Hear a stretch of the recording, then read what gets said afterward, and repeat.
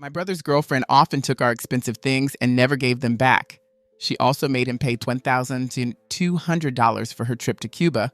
When they were there, she ignored him even when he got sick. Hi, Reddit. I'm a 21-year-old woman sharing a story about my brother's girlfriend, whom we'll call Lara. Lara is 18, and she has been in a relationship with my brother for about 8 months now. Initially, I found Lara quite likable. She came across as more grounded than my brother's previous partners, who were a bit eccentric. Although Lara's family isn't as financially stable as ours, we're not wealthy, but we do live comfortably. I didn't see it as an issue at first. However, my perception started to change recently. For instance, a few weeks ago, my brother invited Lara on a vacation to Cuba, footing the entire bill because she couldn't afford it. She still owes him $800 for the trip, yet she hasn't made any moves to pay him back. Moreover, Lara borrowed a suitcase from my mom for their Cuban getaway and hasn't yet returned it. She also confided in me before their trip that she was contemplating a breakup with my brother because she felt she was missing out on typical young adult experiences like partying and clubbing. Despite this, throughout their vacation, she enjoyed considerable attention from other men, which seemed to please her, even though it created a distance between her and my brother. They continued to display affection publicly, sharing photos of themselves kissing, which sends mixed signals considering her doubts about their relationship. What's troubling me further is her attitude towards money and belongings. When we first met, I was organizing my closet and she offered to help. Initially, I thought it was a kind gesture, but now I suspect she was hoping I would offer her some of my clothes. Regrettably, I ended up giving her several high-end dresses, each worth around $300, which I can no longer wear because they don't fit. I've since regretted this as it feels more like an exploitation of my generosity than genuine help. After my mom and stepdad separated, Lara took advantage of the situation to claim several high-ticket items like my mom's old bed and some kitchen appliances. Additionally, I provide lash lifts for her, purchasing all the necessary supplies myself, and although she promised to reimburse me, she never did.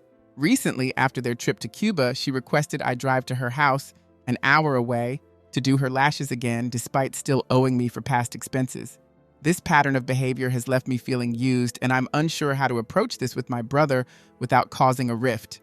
I'd appreciate any advice on handling this delicately. I recently made the decision to not drive to her house for lash appointments anymore, particularly because Lara has yet to settle her previous debts with me. Additionally, her behavior has grown increasingly disrespectful. She sent me an abrupt text recently demanding to know if I would provide a costume for her or if she needed to acquire one herself. I was bewildered by her expectation that I should be responsible for her costume needs. When I inquired about what she wanted to dress up as, she vaguely replied, "Like Ike." She also expressed frustration over my decision to decorate for Halloween without her. I had arranged the decorations late on a Saturday night around 9 p.m., which didn't seem like a reasonable time to ask for her help. Despite this, Lara was upset and she's planning to go clubbing for Halloween.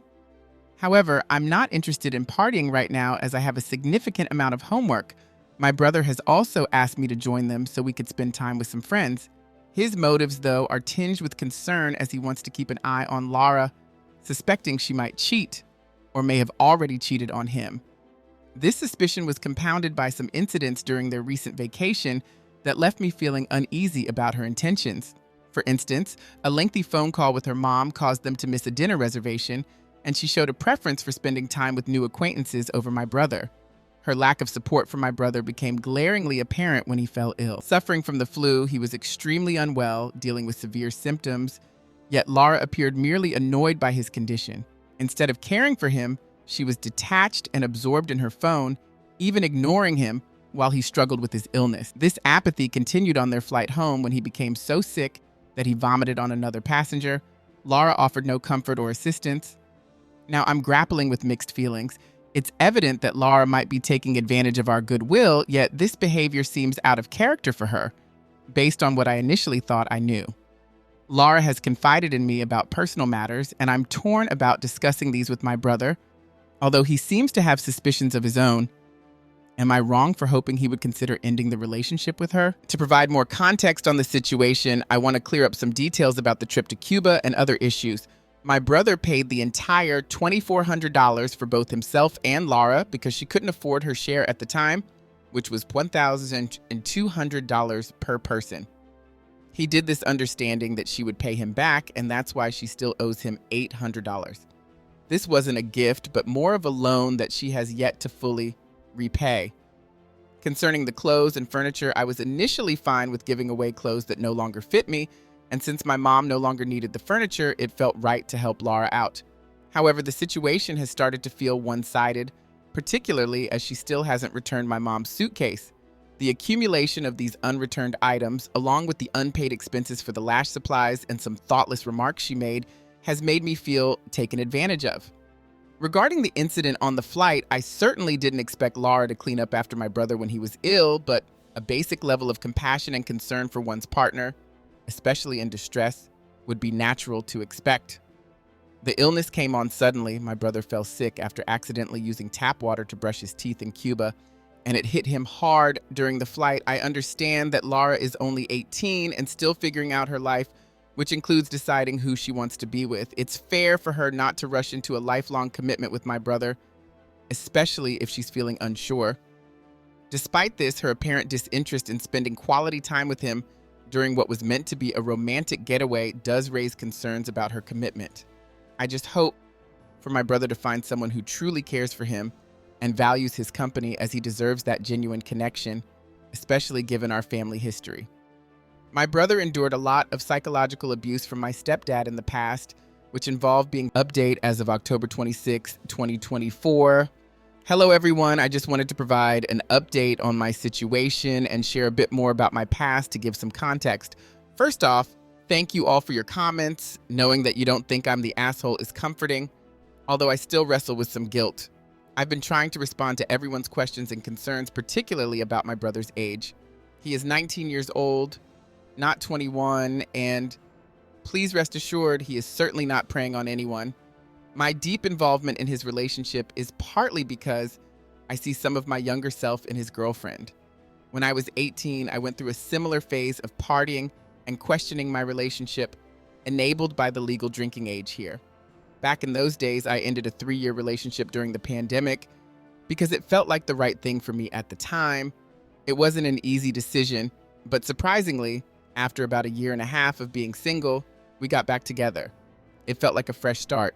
Seeing Laura behave the way she has, I recognized some of my past behaviors in her and shared my experiences in hopes of making her feel less alone and more understood.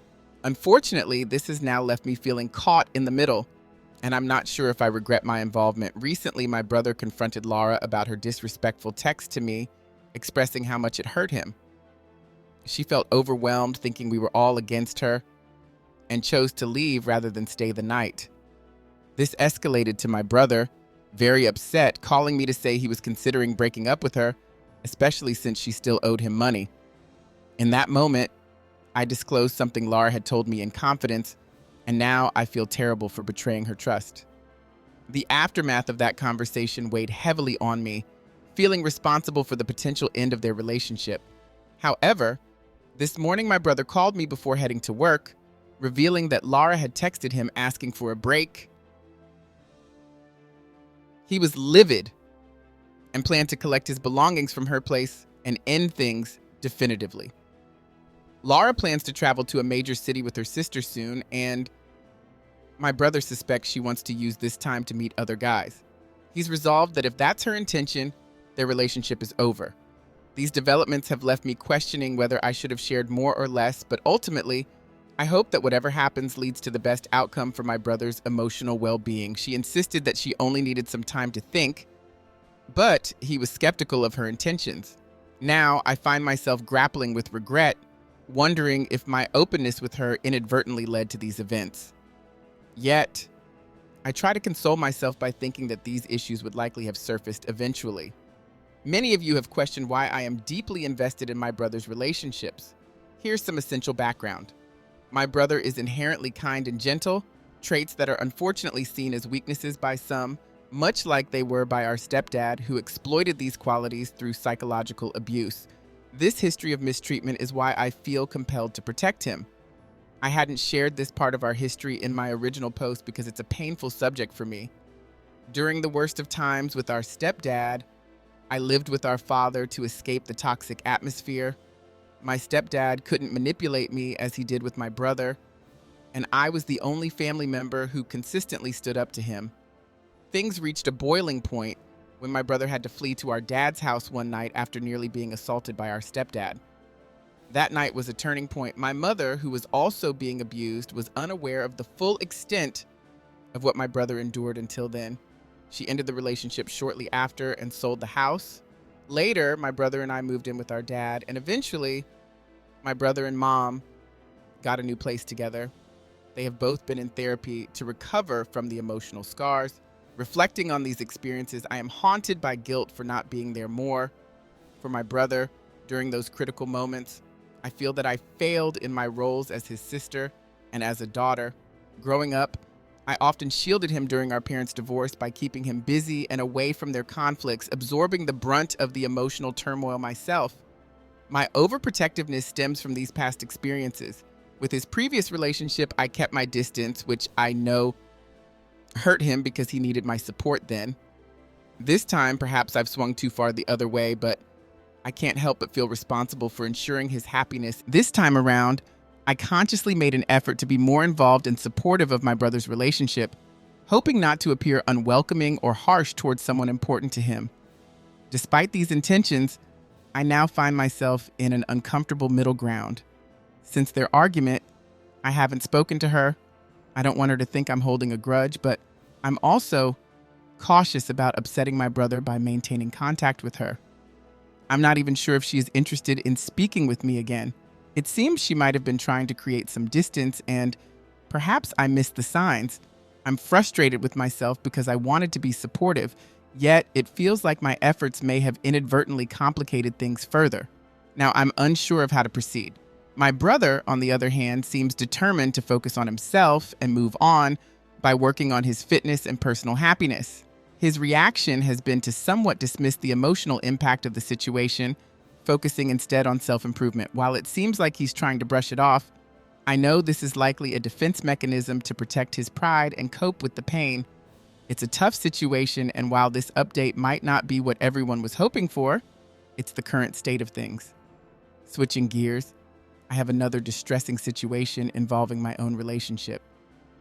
During our adopted son Jack's birthday party, a shocking event unfolded. My husband, Peter, and his ex-wife, Allison, were caught by me in a compromising position. This betrayal was particularly painful as it occurred during what was supposed to be a joyful family celebration. I had always known Peter was bisexual and had no issues with his sexuality or his past marriage. However, his family's subtle homophobic pressures and their nudges for him to reunite with Allison have always been a concern. The birthday party was supposed to be a family gathering in his hometown, and my mother-in-law, perhaps with intentions I cannot fathom, decided to invite Allison. When the time came to cut the birthday cake, I realized both Peter and Allison were missing. I found them in Peter's old bedroom, halfway undressed. The shock of the moment was overwhelming, but I chose to return to the party to avoid causing a scene on Jack's special day. Internally, I was torn between confronting them and preserving the birthday celebration for Jack. After the cake cutting and gift opening, the party began winding down when Peter and Allison returned. Peter pulled me aside, criticizing me for cutting the cake without him, claiming it was disrespectful. In disbelief at his audacity, I retorted sarcastically about his preoccupations with his ex-wife, which silenced him. I then took Jack and we left for the hotel. Once Jack was asleep, I locked myself in the bathroom, overwhelmed by emotion, and broke down, calling a friend who tried his best to offer comfort. It wasn't until the next morning over breakfast with Jack that I managed to compose myself, determined not to let him see my distress. Currently, as I watch Jack play in the park, my heart aches at the thought of him having to grow up in a broken family. I'm torn between preserving his image of a perfect family and addressing the reality of our situation. Peter has been incessantly calling and texting, offering apologies and pleas for forgiveness, tempting me to return to our life before this betrayal. Friends have suggested that Peter's actions were just a mistake, a moment of vulnerability with his ex-wife, urging me to consider forgiveness. Yet, I find myself in need of impartial advice, craving guidance from those who have no personal connections to us. What should my next steps be? In various comments, readers have suggested that I should teach Jack that future partners must respect him, highlighting the importance of fidelity. While I agree, I worry about exposing him to the harsh realities of a divorce at such a young age, fearing it might taint his perception of relationships permanently. Regarding the evidence of Peter's infidelity, I have confirmed from messages and calls that this was not an isolated incident, but the second occurrence of him cheating.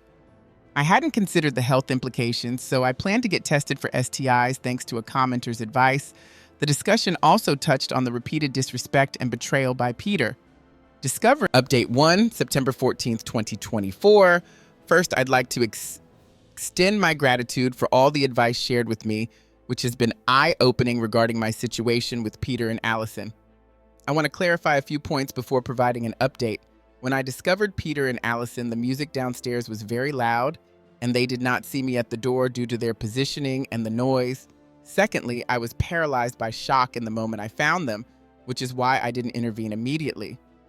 Instead, my focus shifted involuntarily to my son, and I operated almost on autopilot.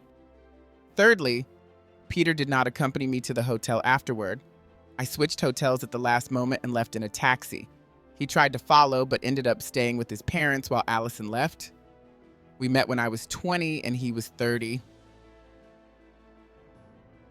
Our relationship started as a friendship and evolved into more. I've addressed concerns about manipulation in some comments, but feel our relationship began as one between equals.